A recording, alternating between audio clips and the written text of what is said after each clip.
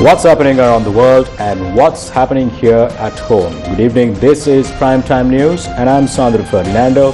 I'm Mariam Gunavijaya. Well, Sri Lanka brings to a close yet another election season in the country. We have just concluded the local government elections and the vote results have been released as well. At the same time, there is a global crisis being triggered by our neighboring countries, the tensions in India and Pakistan. We have a comprehensive report of all of these stories coming up for you tonight. But first, let's take a look at your headlines for tonight. NPP secures 265 seats including Colombo. SLPP and UNP fail to win any local government bodies. JVP Chief Secretary rules out alliance with parties rejected by the people. जनता प्रतिक्षेप करू पक्ष टिकක් තියෙනවනේ අපි කිසිසේත්ම මේ පක්ෂත් එක්ක එකතු වෙලා අවුල් ගහලා මේ සභාව පිටවන්න යන්නේ නැහැ. Sajid vows to lead journey with united forces. No room for alliances. Dilip Jayawira clarifies. Keheliya Rambukwala and Prasanna Ranawira remanded. UN Secretary General urges military restraint from India and Pakistan.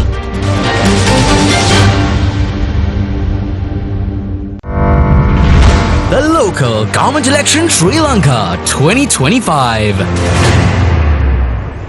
The 2025 local government elections have resulted in a significant victory for the National People's Power, which secured control of a large majority of local government bodies. According to official results, the NPP won 265 local government bodies.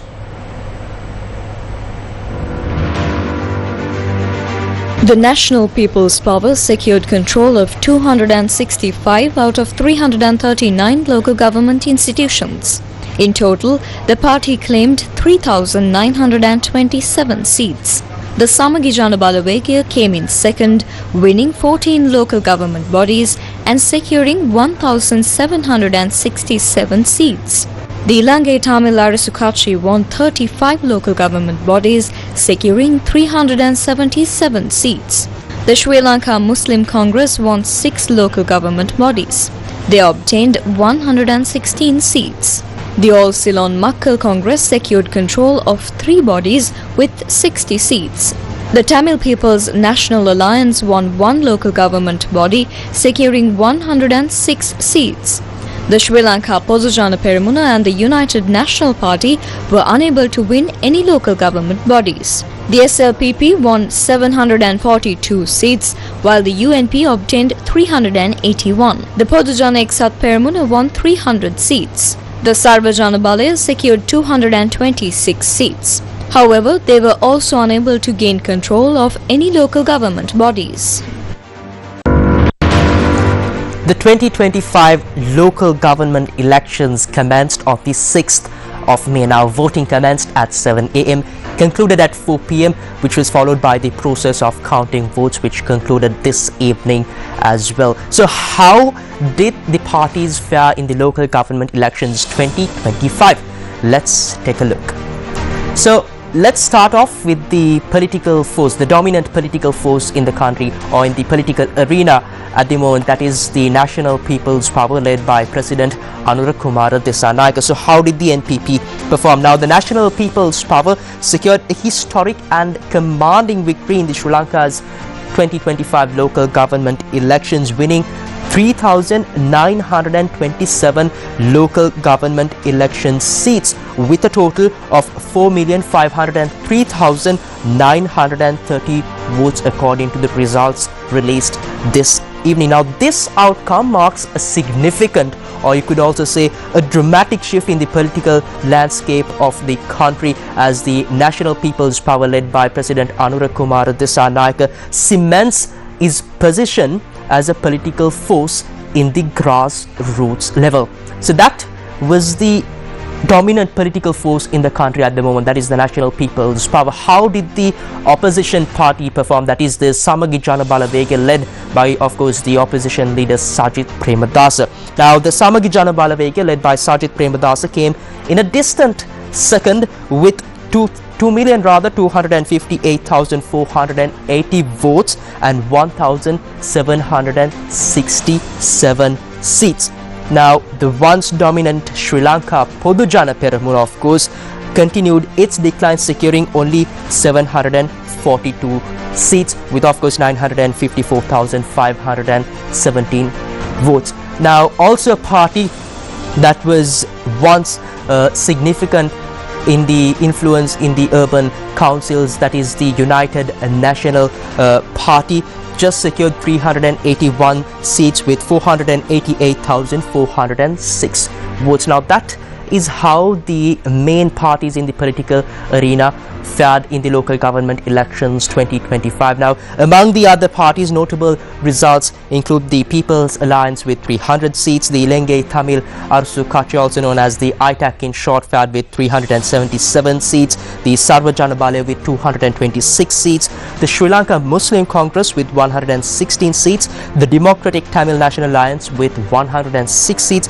and the All Ceylon Makal Congress with 60 seats.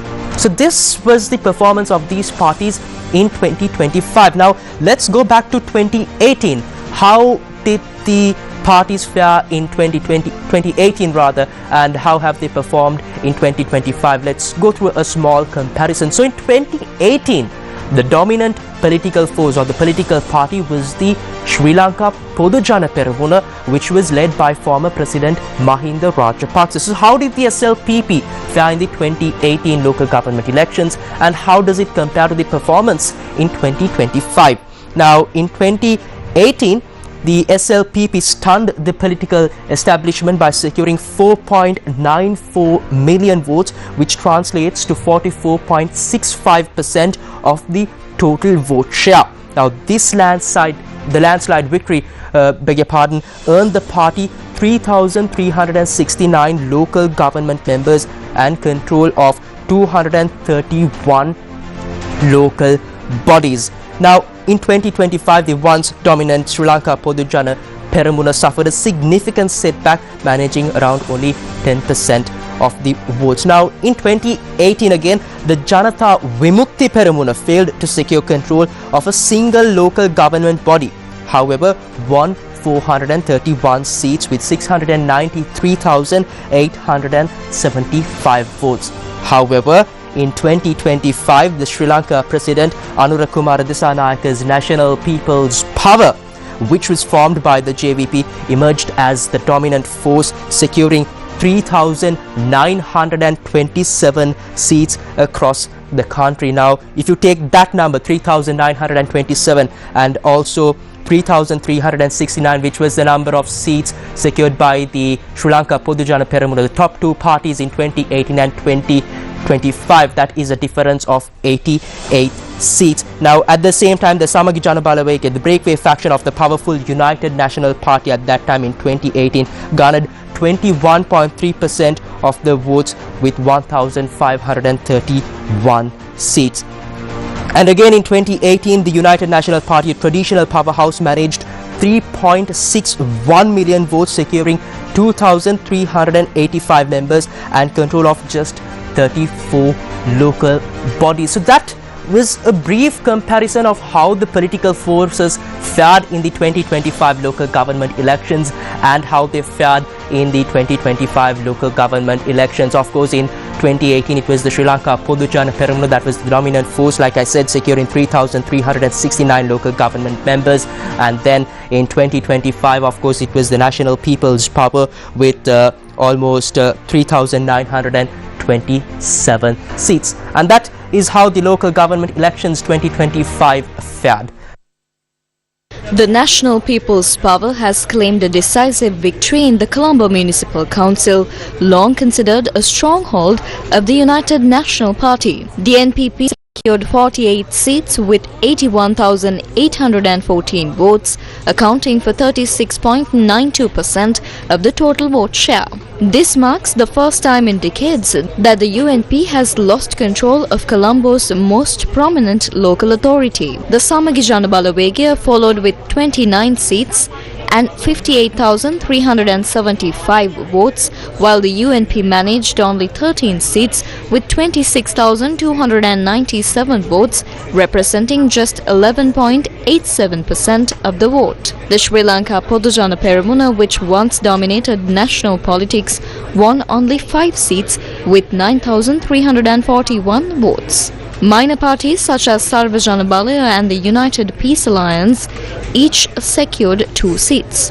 Beyond the capital, the NPP's dominance extended across the entire Colombo district, which comprises 13 local government bodies. Rai Kelly Baltazar was nominated as the mayoral candidate of the National People's Power.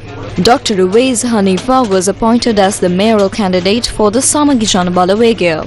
The NPP secured the highest number of preferential votes.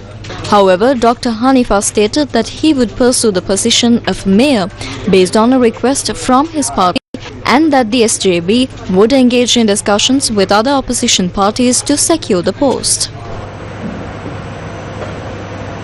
Meanwhile, the National People's Power has firmly said that it will not form local government administrations in alliance with political parties that have been clearly rejected by the people. This declaration was made during a media briefing held this morning at the headquarters of the Janata Vimukti Peramuna. The event was attended by Tilwin Silva, General Secretary of the JVP, and Dr. Nihal Abesingha, the General Secretary of the NPP, along with other senior party officials. The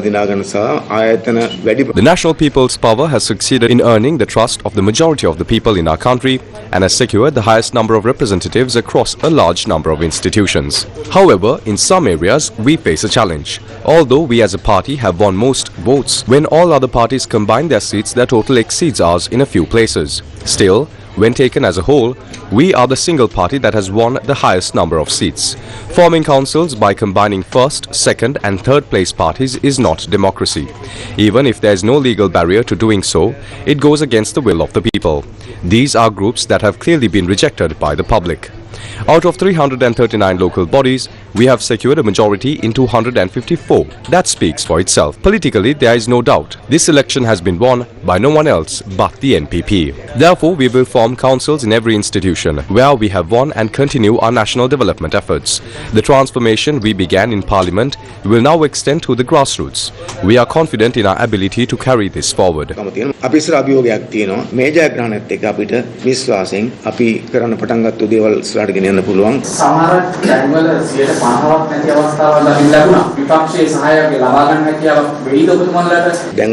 There's a lot of talk now about defeated parties coming together to form councils.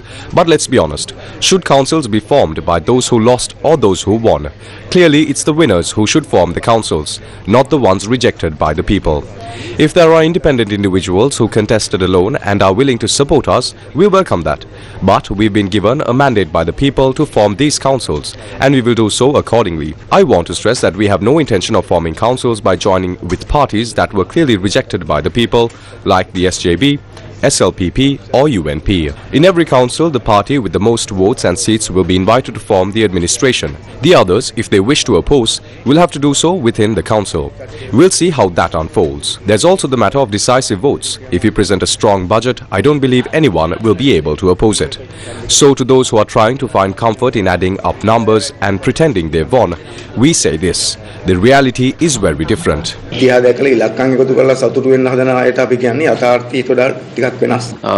For about 7 years, we did not have local government elections in the country, and now yesterday we had the local government election, and now the NPP, the National People's Power, we are now winning. The results are coming out, and we have won a large number of local government elections, and likewise in the presidential election and the last parliamentary election, the people have kept the trust on National People's Power, and we will see that that we will establish these councils very soon, perhaps in areas where we have categorically won. It will be easy for us to establish the councils, but we do not have the majority, but other small parties, independent groups have got the majority. We will consider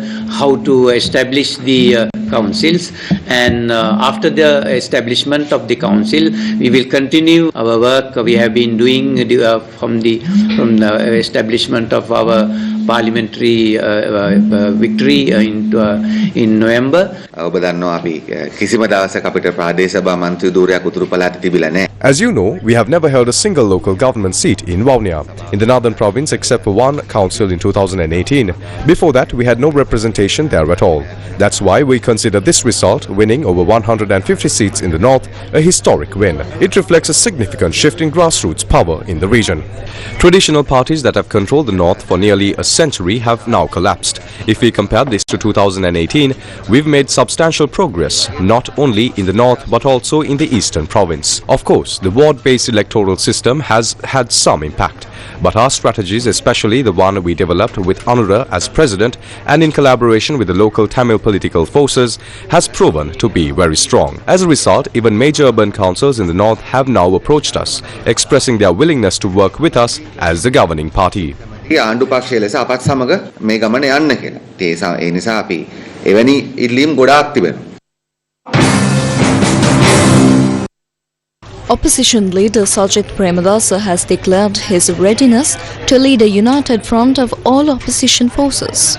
රටේ ජනතාව අපිට ලබා දීලා තිබෙන පණිවිඩය තමයි විපක්ෂයේ සියලු දෙනා එකට එකතු කරගනිමින්. The people of this country have sent us a powerful message to work together by uniting all forces within the opposition. The public has drawn a line under deception and endorsed a truthful, people-centered service. We are ready to take on that responsibility and provide leadership to this collective effort, especially as defenders of democracy. With humility before the people's will, we aim to bring together all opposition forces to deliver the kind of transparent, principled and people-focused governance the country expects. Our goal is to build a powerful, united movement that can serve the people with integrity and purpose. රටේ ජනතාවට දැවැන්ත සේවාවක් ඉෂ්ට කිරීම අපේ අරමුණයි. ඒ නිසා මේ එකමුතුවට නායකත්වය ලබා දෙන්නට අපි සූදානම්. The Samagi Jana Balawega has signalled openness to engaging in discussions with other opposition parties. SJB General Secretary Ranjit Madhuma Bandara addressed questions about potential political collaborations.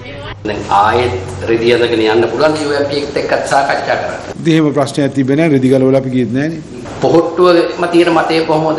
නේ පොහොට්ටුව කියන්නේ විපක්ෂ කාණ්ඩායමක් නේ. ඒ කියන්නේ ණයයි මුගටියයි සේරම එකතු වෙලා කොටේ නගලා යන්න පුළුවන් මේ පාර. එහෙම නයි මුගටි වෛරයක් නෑනේ දේශපාලනේ. අපි හැමදාම කියනවානේ සදාකාලික හතුරුත් නෑ සදාකාලික මිතුරුත් නෑ කියලා. ඉතින් ඒක නිසා මෙතනදී දැන් අපි සියල්ල මිතුරු වෙලා තියෙනවා. National organizer of the Sri Lanka Podujana Peramuna Namal Rajapaksa said that decisions regarding alliances with political parties must be made by their Politburo. As a responsible political party and group, we must understand public mandate. Our future political conduct and decisions should be based on deliberations within our Politburo, a thorough understanding of the people's needs and opinions, and our strategies for establishing stable local councils. Therefore, I believe that after discussing this with our Politburo, we will make decisions regarding politically timely actions necessary for the country, rather than making decisions that solely benefit individuals. That is our stance. දේශපාලනික වශයෙන් රටට අවශ්‍ය කාලීන තීන්දුව తీරන ගන්නවා මිසක් මම හිතන්නේ එක් එක් පුද්ගලයන්ට අවශ්‍ය තීන්දුව తీරන නොගත යුතුයි කියන මතය තමයි අපි.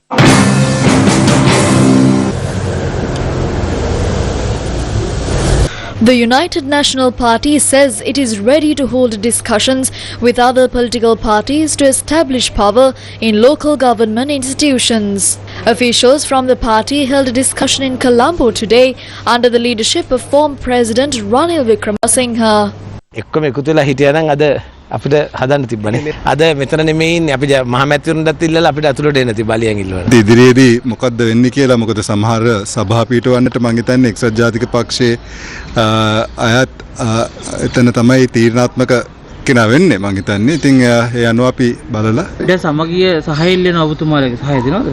අපි බලමු. තාමත් අපිට නිල වශයෙන් ඒගොල්ලෝ කතා කරලා නැහැ.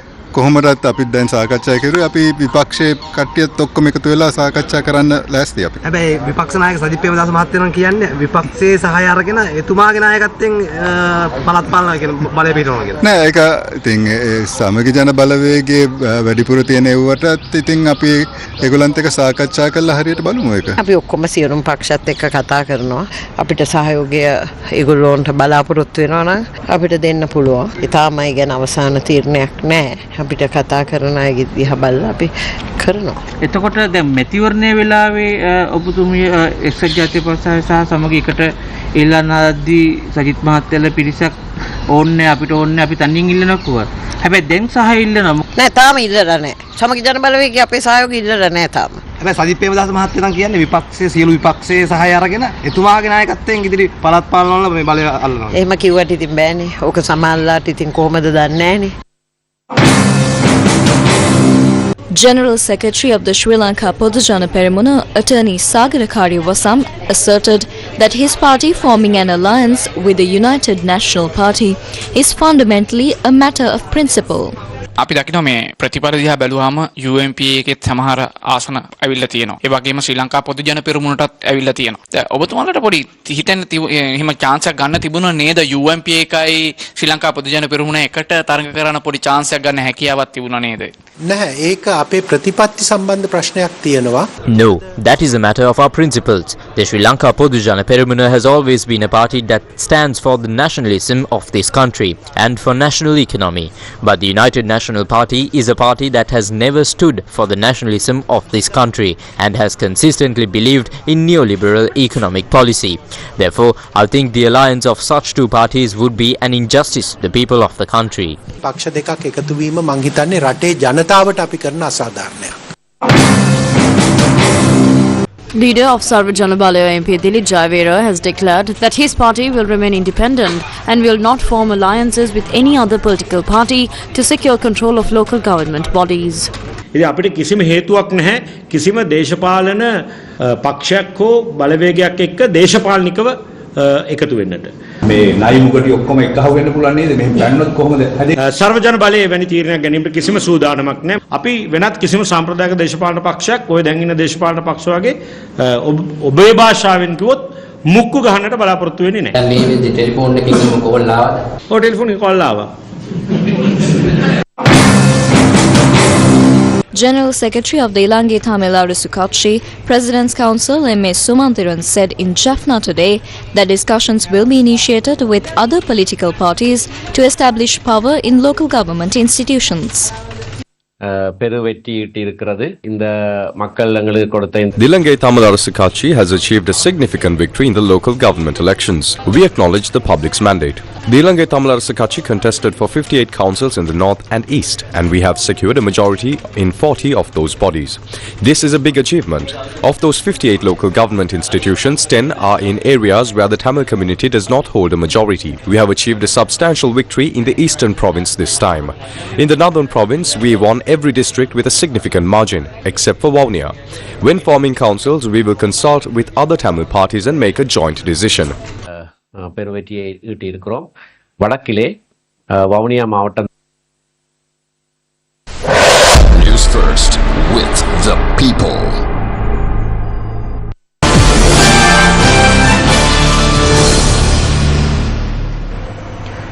India's Prime Minister Narendra Modi has postponed a trip to visit Croatia, the Netherlands and Norway.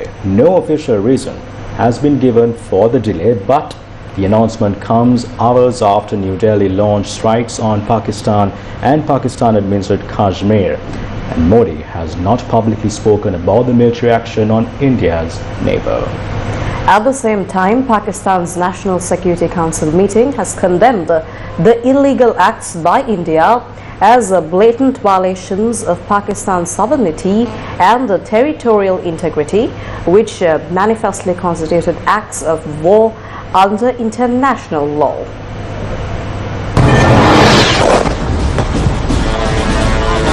Tensions between India and Pakistan escalated into one of the most serious military confrontations in recent years on Wednesday as both nations exchanged airstrikes and engaged in aerial combat across the line of control and beyond. The conflict erupted after India launched Operation Sindoor, a series of precision missile strikes targeting what it described as terrorist infrastructure in Pakistan-administered Kashmir and Punjab province in retaliation for the April 22nd Pahalgam attack. In response, Pakistan launched a swift counter-offensive claiming to have shot down 5 Indian fighter jets, including 3 Rafales, 1 Su-30 and 1 MiG-29 and a drone. Pakistan also reported civilian casualties with at least 26 people killed and 46 injured, while India claimed to have eliminated over 70 militants in its initial strikes. The strikes triggered explosions, blackouts and panic in cities like Muzaffarabad and Bahawalpur. Pakistani Prime Minister Shehbaz Sharif condemned the Indian action as an act of war, vowing a robust response, while Indian officials maintained that the operation was measured and non-escalatory, aimed at solely at neutralizing terror threats. The situation remains volatile, with both sides on high alert and the international community urging restraint amid fears of further escalation between the two nuclear-armed neighbors.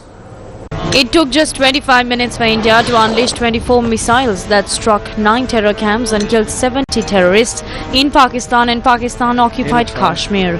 The strikes, which lasted from 1:05 am to 1:30 am on the 7th of May, were carried out jointly by the Indian Army, Navy and Air Force under the code name Operation Sindoor.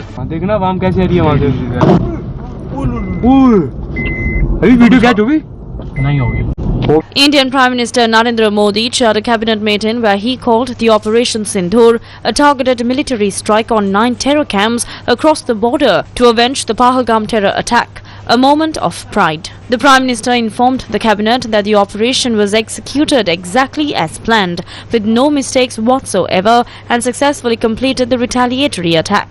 He also emphasized that the army had carried out the mission adhering strictly to the detailed preparations that had been made in advance. India's briefing on Operation Sindoor gave a strong and significant message, sharing details of the military's precision strikes on terror targets in Pakistan. Earlier this morning, as you would be aware, India exercised its right to respond and preempt as well as deter more such cross-border attacks. These actions were measured, non-escalatory, proportionate and responsible. They focused on dismantling the terrorist infrastructure and disabling terrorists likely to be sent across to India. You would also recall that the Security Council on 25th April 2025 had issued a press statement on the Pahalgam terror attack, underlining, and I quote, the need to hold perpetrators, organizers, financiers and sponsors of this reprehensible act of terrorism accountable and bring them to justice, unquote. India's latest actions should be seen in this context. Along with the name Operation Sindoor, a tribute to the women who lost their husbands in the terror attack, the choice of women officers to lead the briefing was praised as a powerful move. Operation Sindoor was launched by Indian Armed Forces to deliver justice to the victims of Pahalgam terror attack and their families. 9 terrorist camps were targeted and successfully destroyed. Over the last 3 decades, Pakistan has systematically built terror infrastructure. It is a complex web of recruitment and indoctrination centers, training areas for initial and refresher courses, and launch pads for handlers. These camps are located both in Pakistan as well as Pakistan-occupied Jammu and Kashmir areas. The selection of these targets for Operation Sindoor was based on credible intelligence inputs and role of these facilities in perpetrating the terror activities. The locations were so selected to avoid damage to civilian infrastructures and loss of any civilian lives.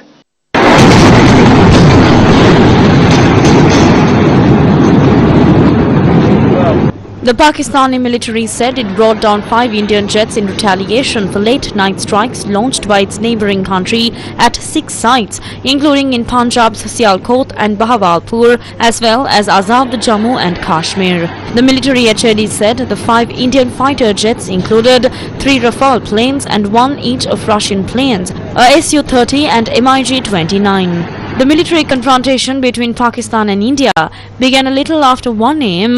with the Indian airstrikes when the neighbouring country launched what it termed Operation Sindhur. Pakistan Information Minister Atullah Tarar confirmed the downing of 2 Indian jets around 2:45 a.m. after Pakistan launched its swift response, while the confirmation for the 3rd plane, a Rafale aircraft, came an hour later. Confirmation of the 4th and 5th Indian jets being taken down came after 5 a.m. by Tarar and Defence Minister Khwaja Asif. Talking to the media around 7 a.m. at the Information Ministry, Tarar asserted that India had waved a white flag at the line of control and accepted defeat. According to PTV News, the white flag was hoisted by the Indian Army at the Chora complex along the line of control. Tarar further said that several posts of the Indian Army across the border had been destroyed by the armed forces. There was no word from India on the downing of the jets, which would be the most serious loss for the Indian military in decades and risked further escalation. Pakistan's Information Minister Atullah Tarar, speaking to Sky News, has labelled India as the aggressor. It's an evolving situation, it's an ongoing situation, and obviously we've had an attack, we've responded. But as I had said before, in many interviews, and I came that night saying that we had an apprehension that India would attack, we always said that India will be the aggressor without evidence. You see, we offered an investigation into the Pahalgam whole episode. We were the ones who said that our hands are clean. We want an investigation, a fair and transparent investigation. Pakistan's Ministry of Foreign Affairs said it summoned the Indian Chargé d'Affaires in Islamabad, the head of India's diplomatic mission in the country, to formally protest India's strikes in Pakistan and Pakistan-administered Kashmir. China has said it was willing to play a constructive role in easing tensions between Pakistan and India in response to a major escalation between its nuclear-armed neighbours. US President Donald Trump called India's confirmed military operation against Pakistan a shame, and the US State Department said the government is closely monitoring developments. No, it's a shame. We just heard about it just as we were walking in the doors of the Oval. Just heard about it. I guess people knew something was going to happen based on a little bit of the past. They've been fighting for a long time. You know, they've been fighting for many, many decades and centuries, actually, if you really think about it. No, I just hope it ends very quickly. The international community is warning against further military actions, with the UN chief urging the 2 countries to avoid a military confrontation that could easily spin out of control. Send us your application with your name, your unique talent, your phone number to Sri Lanka's Got Talent PO Box 100 Ratmalana, or WhatsApp us on 076 599 7788. Welcome back. You're watching Primetime News on Newsfirst. Moving on with more local news. President of the World Bank Group, Ajay Banga, met with President Anurukumara Dissanayake today at the President's office in Colombo. According to the President's Media Division, World Bank Group President Ajay Banga's visit marks a milestone, as it is the first time in nearly 2 decades that a World Bank Group President has visited Sri Lanka. During the meeting, discussions centered on strengthening collaboration to support Sri Lanka's future development agenda.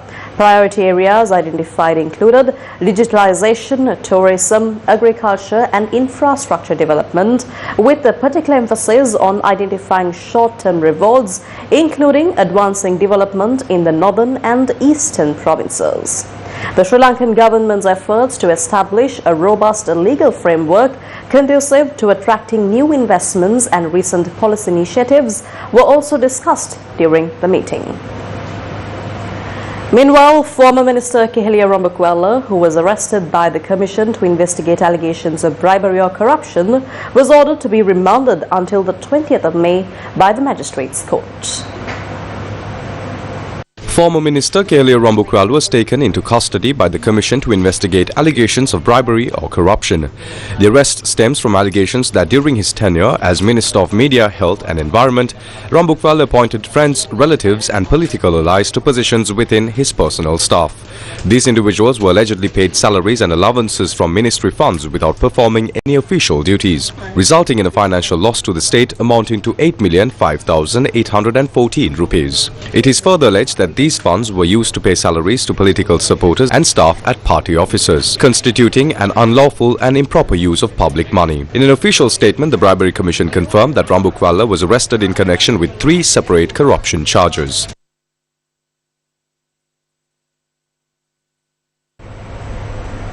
The Court of Appeal issued an order dismissing without examination the writ petition that had been filed requesting a directive to disqualify Minister of Public Security Ananda Vijaypala from holding a parliamentary seat and to nullify his position as a Member of Parliament. This order was delivered by the bench comprising Acting President of the Court of Appeal Justice Mohammad Lafar Tahir and Justice Sarat Disanayake. This petition was filed by Renuka Pereira, the Administrative Secretary of the Sri Lanka Podujana Peramuna. The respondents named in the petition were Minister Ananda Vijaypala, the Secretary General of Parliament and the Attorney General. The petition stated that Ananda Vijaypala was appointed as the Minister of Public Security by the President on the 18th of November.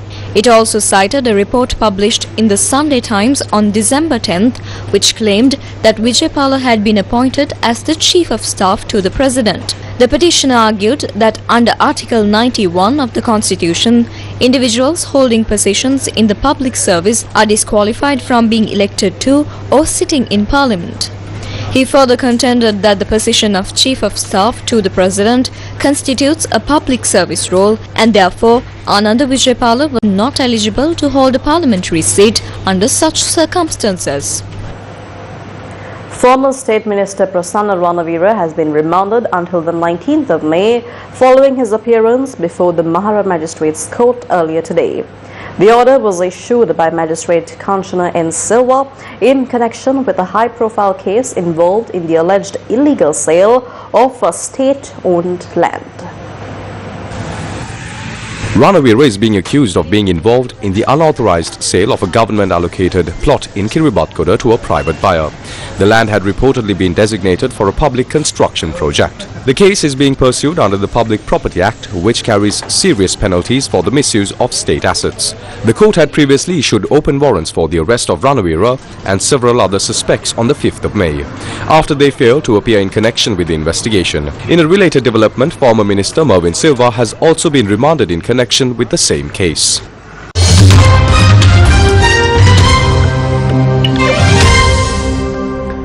The conclave to choose the next pope is set to begin today, with cardinals from around the world gathering in the Vatican to partake in this centuries-old tradition.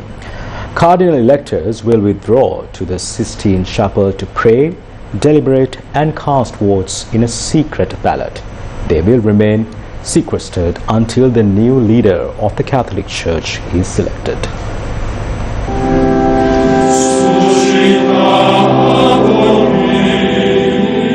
The conclave to elect the 267th Pope will be the 76th held in its current form, established by Pope Gregory X in 1274. It is also the 26th conclave to take place under the gaze of Michelangelo's Last Judgment in the Sistine Chapel. This selection process follows the death of Pope Francis, who passed away on the 21st of April at the age of 88. The conclave officially begins today with a Mass at St. Peter's Basilica. While there is no set time limit for the conclave, a new pontiff will be elected once a candidate secures a 2/3 majority vote.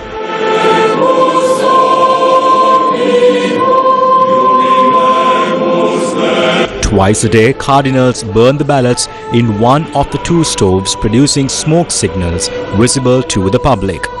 Black smoke indicates that no decision has been reached, while white smoke signals that a new pope has been chosen. On the first day of the conclave, only one vote is held.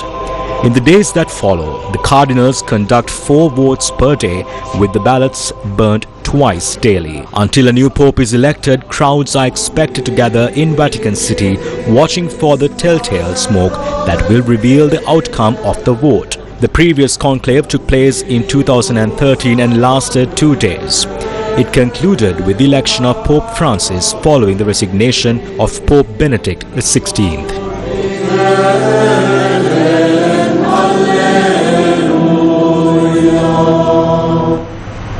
And with that, we wrap up news for tonight. Thank you very much for watching. Good night and take care.